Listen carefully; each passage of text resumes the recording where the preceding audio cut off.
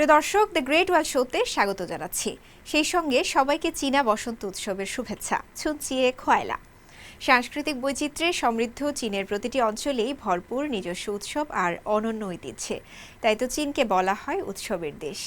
হালের ফ্যাশন জগৎ থেকে শুরু করে চলচ্চিত্র, শিল্প, সংস্কৃতি, নানামাত্রিক আয়োজন, চীনের নয়নাভিরাম প্রাকৃতিক সৌন্দর্য ও বৈচিত্র্যময় জীবনধারার গল্প সব কিছুই থাকছে আমাদের এই অনুষ্ঠানে। বরাবরের মতো আপনাদের সঙ্গে আছি আমি রওজে জাবিদ ঐশী।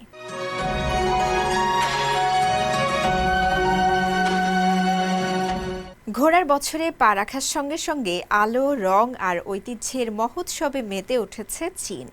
চীনা নববর্ষ বা স্প্রিং ফেস্টিভ্যাল উপলক্ষে দেশটির শহর থেকে গ্রাম, পাহাড় থেকে সমতল সবখানেই চলছে বর্ণাঢ্য উদযাপন। শুধু চীন নয়, এশিয়া থেকে ইউরোপ, বিশ্বের নানা দেশেও উদযাপিত হয়েছে এই ঐতিহ্যবাহী উৎসব। বর্ণাঢ্য এই উৎসব উদযাপন নিয়ে থাকছে রিপোর্ট। বসন্ত উৎসব বা নববর্ষ এটি চীনাদের সবচেয়ে বড় সামাজিক উৎসব। প্রতি বছরেই এই উৎসবকে কেন্দ্র করে চীন জুড়ে চলে বর্ণাঢ্য আয়োজন। চীনা নববর্ষের আগের রাতে শহর জুড়ে আলোর ঝলকানিতে উৎসবের আবহ তৈরি হয়। উৎসবে দক্ষিণ পশ্চিম চীনের চ্যাংতু শহরে থিয়ানফু টুইন টাওয়ারে প্রদর্শিত হয় নতুন বছরের বিশেষ লাইট শো, যেখানে ঐতিহ্যবাহী সংস্কৃতি, অবৈষয়িক সাংস্কৃতিক ঐতিহ্য ও আধুনিক প্রযুক্তির মেলবন্ধন নজর কাড়ে।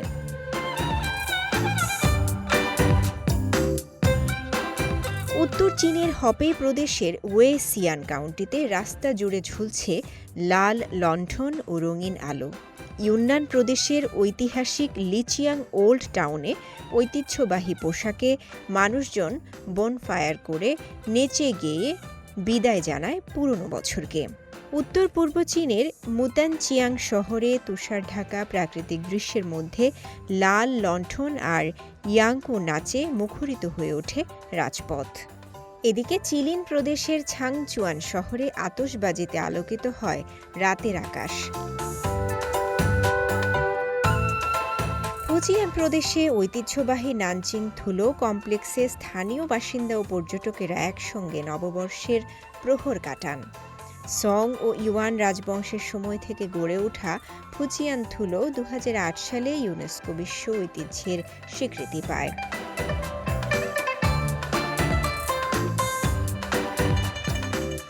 নববর্ষের প্রথম দিনে চীনের বিভিন্ন শহরে বসে মেলা ও লোকজ উৎসব।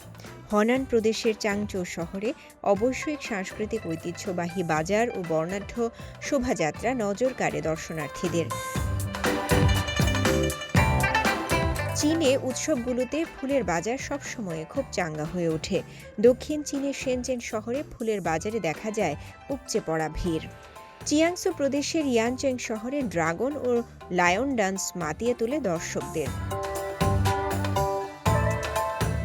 শান্তং প্রদেশের মাউন্ট থায়ে হাজারো মানুষ নতুন বছরের প্রথম সূর্যোদয় দেখতে সমবেত হন। পর্যটকদের পদচারণা থেকে বাদ যায়নি হুনান প্রদেশের মাউন্ট হং এর চূড়াও। অন্যদিকে চীনের হংকং ও ম্যাকাও বিশেষ প্রশাসনিক অঞ্চলেও লায়ন ও ড্রাগন নাচে উৎসবের আমেজ ছড়িয়ে পড়ে।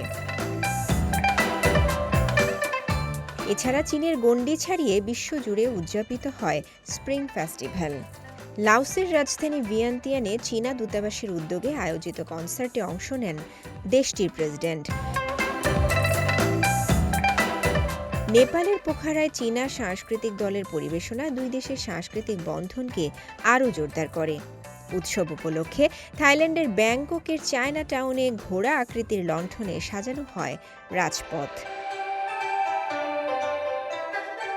একই উপলক্ষে ইউরোপের পোল্যান্ডের প্লক শহরে সঙ্গীতানুষ্ঠানের মাধ্যমে উদযাপিত হয় ঘোড়ার বছর।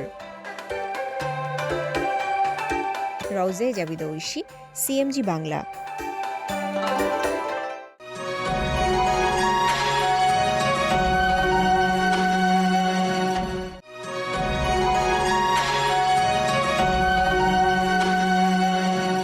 চীনা নববর্ষ মানেই ঐতিহ্য, আবেগ আর প্রযুক্তির এক অনন্য মেলবন্ধন। প্রতি বছরের মতোই সেই উদযাপনের কেন্দ্রবিন্দুতে থাকে সিএমজি স্প্রিং ফেস্টিভ্যাল গালা, যা শুধু একটি টিভি অনুষ্ঠান নয়, বরং চীনের সংস্কৃতি, ভবিষ্যৎ আর জাতীয় আত্মপরিচয়ের এক বিশাল প্রদর্শনী। এবারের ঘোড়ার বছর উপলক্ষে ২০২৬ সালের এই গালা নতুন মাত্রায় তুলে ধরেছে চীনের ঐতিহ্য ও আধুনিকতার যুগলবন্দি।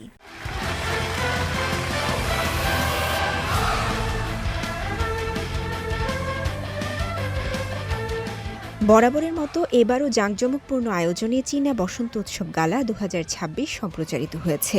বসন্ত উৎসব মানেই সিএমজির এই গালা আয়োজন।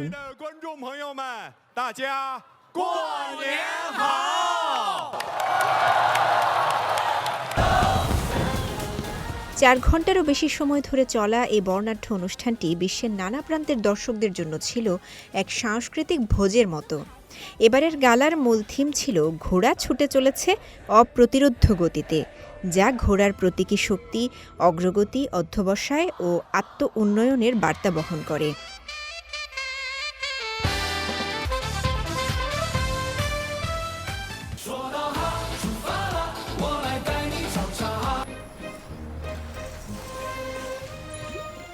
এই ৪টি উপভেন্যু হল উত্তর পূর্ব চীনের হেইলংচিয়াং প্রদেশের রাজধানী হারবিন, যা বরফের শহর নামে পরিচিত, পূর্ব চীনের চেচিয়াং প্রদেশের ইউ, যাকে বিশ্বের সুপারমার্কেট বলা হয়, পূর্বাঞ্চলীয় আনহুই প্রদেশের রাজধানী হফেই, যা বিজ্ঞান ও প্রযুক্তি উদ্ভাবনের একটি কেন্দ্র হিসেবে গড়ে উঠেছে, এবং দক্ষিণ পশ্চিমের সিচুয়ান প্রদেশের ইয়েপিন, যা প্রাচীন স্থাপত্য ও ইয়াংজি নদীর তীরবর্তী মনোরম প্রাকৃতিক দৃশ্যের জন্য পরিচিত।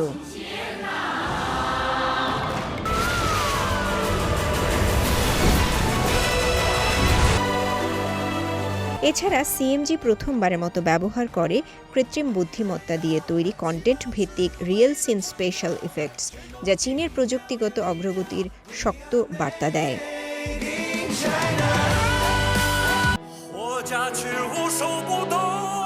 স্প্রিং ফেস্টিভ্যাল বা চীনা নববর্ষ চীনের সবচেয়ে গুরুত্বপূর্ণ উৎসব। এই সময় ছুয়ানওয়ান নামে পরিচিত স্প্রিং ফেস্টিভ্যাল গালা দেখা শত কোটি চীনা পরিবারের এক আবেগঘন ঐতিহ্য। ১৯৮৩ সাল থেকে নিয়মিত সম্প্রচারিত এই অনুষ্ঠানটি গিনেস ওয়ার্ল্ড রেকর্ডসে স্বীকৃতি পেয়েছে বিশ্বের সবচেয়ে বেশি দেখা বার্ষিক টেলিভিশন অনুষ্ঠান হিসেবে।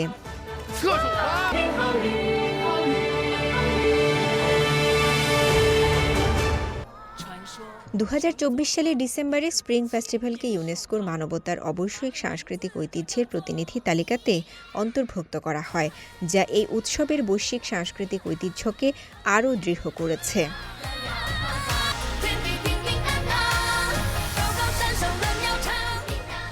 ২০২৬ সালের স্প্রিং ফেস্টিভ্যাল গালা শুধু একটি বিনোদনমূলক অনুষ্ঠান নয়, এটি ছিল চীনের অতীত, বর্তমান ও ভবিষ্যতের এক শক্তিশালী সাংস্কৃতিক ঘোষণা, যেখানে ঘোড়ার মতোই দেশটি ছুটে চলেছে অপ্রতিরোধ্য গতিতে।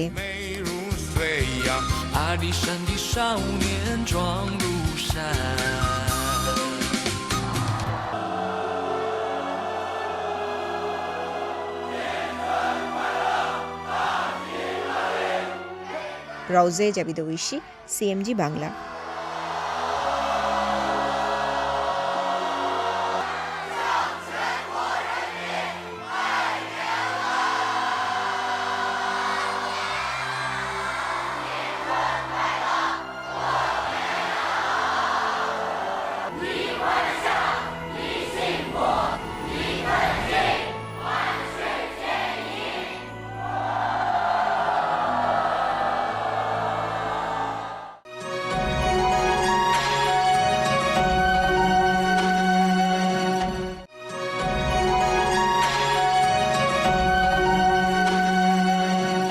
চীনের বসন্ত উৎসব ও সংস্কৃতির রঙিন বৈচিত্র্য নিয়ে সিএমজি বাংলার সাথে কথা বলেছেন ৩ বাংলাদেশি শিক্ষার্থী, যারা প্রত্যেকেই চীনের বিভিন্ন বিশ্ববিদ্যালয়ে পড়াশোনা করছেন।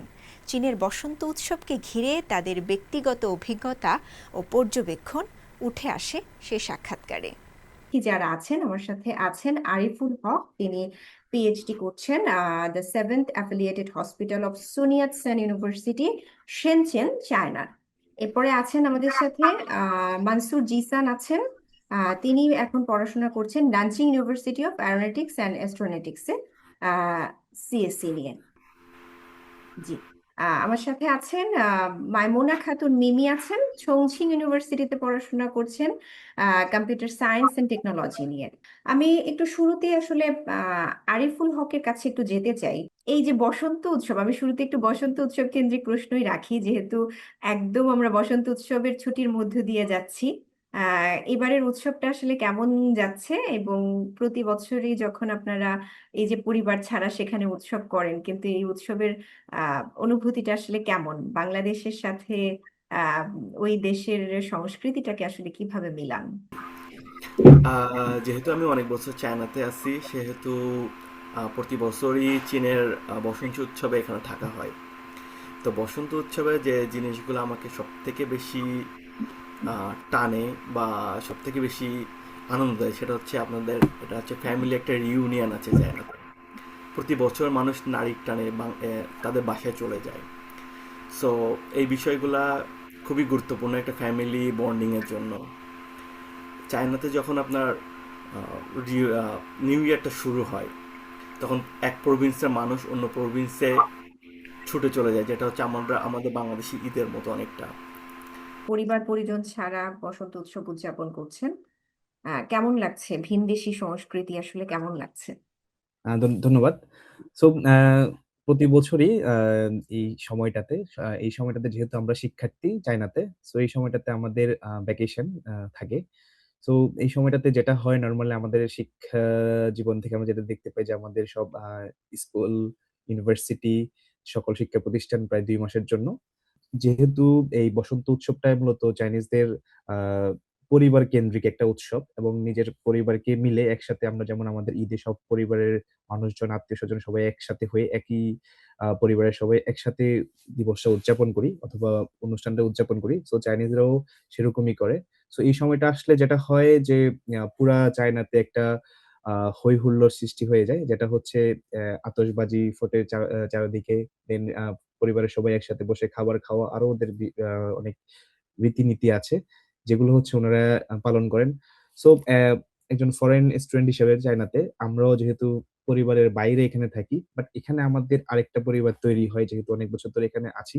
এখানে আমাদের আরেকটা পরিবার হয়। তারা যেটা করে, আমাদের ইউনিভার্সিটি থেকে আমাদের টিচার যারা হচ্ছে যে আমরা যে ডর্মে থাকি, ওনারা সবাই ওনাদেরকে নিয়েই আমাদের পরিবার। সো আমাদের টিচাররা আমাদেরকে সবসময় শুভকামনা জানায়। এবং আপনারা জানেন চায়নাতে একটা রীতি আছে যে এই বসন্ত উৎসব গিয়ে সেটা হচ্ছে হং পাও অথবা হচ্ছে লাল খামে হচ্ছে টাকা নিয়ে হচ্ছে ওনারা উপহার দেয়। এছাড়াও আমাদেরকে গিফট, বিভিন্ন ধরনের উপহার সামগ্রী ইউনিভার্সিটি থেকে হচ্ছে দেয়া হয়। সো খুবই হই হুল্লোড় এবং আলোচনা নিয়েই এই বসন্ত উৎসবটা আমরা এখানে পালন করি। যে কোনো যে কোনো দেশের উৎসব কেন্দ্রিক খাবার কিন্তু খুব গুরুত্বপূর্ণ, এবং সেটি সংস্কৃতির অনেক বড় একটি অংশ। তো এই বসন্ত উৎসবে কিন্তু বিশেষ বিশেষ খাবার তৈরি করা হয়, এবং পোশাক পরিচ্ছদ সহ সাজসজ্জায়ও অনেক রকম ভিন্নতা আছে। তো এই সবকিছু মিলিয়ে আপনার কাছে কেমন লাগে তাদের খাবার দাবার, সাজসজ্জা, এই যে কালচার, ভিনদেশি কালচারটা, এটা নিয়ে আমি আপনার কাছে শুনতে চাই। জি, অবশ্যই। আমি আহ, গত বছর আমার একটা সুযোগ হয়েছিল লোকাল চাইনিজদের সঙ্গে নিউ ইয়ার কাটানোর। তো তখন আমি যেটা দেখেছি যে ইউনিভার্সিটির তুলনায় অবভিয়াসলি যখন আমরা লোকাল চাইনিজদের সঙ্গে সেলিব্রেট করব, তখন আমরা বুঝতে পারি যে অ্যাকচুয়ালি নিউ ইয়ারটা তারা কিভাবে সেলিব্রেট করে। তো আমি আমার এক ফ্রেন্ডের বাসায় গিয়েছিলাম, সেখানে আমি দেখেছি তাদের দূর দূরান্তের অনেক রিলেটিভস একসাথে আসে এবং তাদের যে খাবারের আয়োজনটা করা হয় সেটা দেখতেই অনেক বেশি চমকপ্রদ হয়ে থাকে। মানে দেখার পরে অটোমেটিক মনে হয় যেন আমাদের চোখের দৃষ্টিতেই অলরেডি আমাদের পেট অনেকটা ভরে ওঠে। তো আমি যেটা ফিল করেছি যে তাদের যে খাবার টেবিলের যে বন্ডিংটা, এটা হচ্ছে অনেক বেশি আনন্দদায়ক। একজন আরেকজনের সঙ্গে শেয়ার করা এবং একই টেবিলে বসে সবাই একসাথে খাবার খাওয়া, এটা খুবই গুরুত্বপূর্ণ একটা রীতি বা রিচুয়াল আমার মনে হয় চাইনিজদের ক্ষেত্রে। Not only Chinese new year, আমি আরো কিছু ফেস্টিভ্যালে দেখেছি তারা এই জিনিসটা খুবই গুরুত্ব দেয়। চীনা সংস্কৃতির কোন দিকটা আসলে আপনার ব্যক্তিগত জীবন বা চিন্তাধারায় সবচেয়ে বেশি প্রভাব ফেলেছে? আমি বলতে চাইবো আমার ব্যক্তিগত জীবনে তাদের একটা জিনিস খুবই আমার পছন্দ। তারা খুবই আহ সময় অপচয় করা পছন্দ করে না। আমি এটা দেখেছি তারা খুবই পাংচুয়াল, সবকিছু খেয়ে খাবার দাবারের যে রুটিন সেটা তারা কখনোই ওইভাবে এলোমেলো করে না। আমাদের কান্ট্রিতে আমরা হয় কি এরকম লাঞ্চ টাইমটা অনেক সময় আমরা বিকেলে পর্যন্ত নিয়ে চলে যাই, বাট চায়নাতে এরকমটা হয় না। আমি দেখেছি তারা তাদের সময়, কাজের সময়, খাবারের সময়, এগুলো তারা খুবই মেনটেন করে। উৎসব উদযাপন নিয়ে আসলে মজার কোনো অভিজ্ঞতা সেটা যেমন আছে, পাশাপাশি আসলে চীনা সংস্কৃতি সম্পর্কে আপনার কাছে জানতে চাই। এখানে যেটা সংস্কৃতিটা আমাদের বাংলাদেশের সাথে আমি যদি কম্পেয়ার করি, তো কিছু কিছু ক্ষেত্রে সেম আছে, কিছু কিছু ক্ষেত্রে ডিফারেন্ট আছে। তো সেম জিনিসটা হচ্ছে যেটা এদের একটা বড় উৎসব, যেটা স্প্রিং ফেস্টিভ্যাল। তো এখানে তারা কি করে, আপনার সারা বিশ্ব থেকে অলমোস্ট বাংলাদেশ ওদের দেশে যাওয়ার ট্রাই করে। যেটা হচ্ছে কেউ আমেরিকাতে আছে, তারা ফ্যামিলি রিউনিয়নের জন্য চীনে চলে আসে, এবং সেখানে কি করে তারা একটা রিইউনিয়ন ডিনার যেটা বলা হয় এটা করে, এবং এটা তাদের কাছে একটা খুবই ইম্পর্ট্যান্ট একটা ডিনার। এবং তারপরে তারা কি করে, যেটা হচ্ছে লাল খাম উপহার দেওয়া, যেটা হচ্ছে আপনার রেড প্যাকেট যেটা বলা হয়, ড্রাগন ডান্স, তারপরে আতশবাজি, এগুলো সবই চীনা ঐতিহ্যের একটা উদাহরণ। আরিফ, আপনাকে ধন্যবাদ। আমরা আসবো আপনার কাছে। মিমি, আপনি তো জি। বসন্ত উৎসবের খাবার দাবার, সাজসজ্জা, এরকম নানান বিষয় নিয়ে বলছিলেন, আহ জি। এবং তাদের যে রিচুয়ালস গুলো নিয়ে আপনি বলছিলেন। এর মধ্যে আপনাকে একটু যদি জিজ্ঞেস করি যে আপনি এখন পড়াশোনা করছেন, যেখানে আপনি ছংছিং এ পড়াশোনা করছেন, তাই না? জি। জি। জি, ছংছিং এর কিছু আলাদা সংস্কৃতি আছে। তো আম, যেমন তারা হচ্ছে খুব স্পাইসি যুক্ত খাবার পছন্দ ইয়েস। করে। তারপরে এরকম জি। তাদের কিছু বিশেষ ফুড আছে, যেমন ছংছিং নুডলস। ওখানে আসলে পড়াশোনার পাশাপাশি আম, কি এমন বিষয় আছে যেটা আপনাকে খুব আকর্ষণ করে, যদি জানতে ওকে, চাই। প্রথমে যদি আসি আমি চংচিং এর কুজিন সম্পর্কে, আপনি যেটা বললেন যে হ্যাঁ এখানকার খাবার খুবই স্পাইসি হয়। অ্যান্ড যেটা হচ্ছে আমার জন্য খুবই ভালো হয়েছে, কারণ সচরাচর আমাদের বাংলাদেশি কুজিন যেটা, সেটাও আমরা স্পাইসি খুব পছন্দ করে থাকি। আর আরো একটা জিনিস হচ্ছে আমি বলবো খাবারের ব্যাপারে, যেটা খুবই পপুলার চায়নাতে, সেটা হচ্ছে হটপট। আমি এটার পরিবেশন ওয়ে খুবই পছন্দ করি, কারণ এখানে সবাই একসাথে একটা পটের মধ্যেই তারা খাবারটা এট এ টাইমে কুক হয় এবং সাথে সাথে তারা পরিবেশন করে বা এটা খায়। ছিল এটাই যে এখানে শহরের আশেপাশের একটু সাইডে গেলে দেখা যায় যে গ্রামীণ যে একটা ভাব, এটা আমি এখানে পাই। তো সেটা আমার অনেক ভালো লাগে। আর এখানকার স্পেশালি আমার খুব পছন্দ হচ্ছে পাহাড়।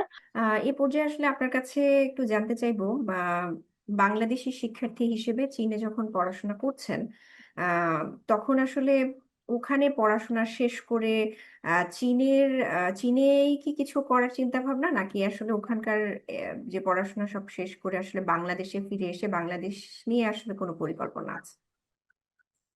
ওকে, আমি আসলে চাইবো যদি আমি চীনে কোনো অপরচুনিটি পাই, যে আমার পড়াশোনা শেষে আমার নলেজটাকে আরো বেশি টেকনিক্যালি গ্রো করার, তো অবভিয়াসলি আমি সেটা একসেপ্ট করব। বাট এট দ্য এন্ড আমি চাইবো যে আমি আমার কান্ট্রিতে যেন ব্যাক যাই, এবং এখান থেকে আমি যে নলেজটা গেইন করেছি সেটা যেন আমি আমার কান্ট্রির ডেভেলপমেন্টে ইউজ করতে পারি।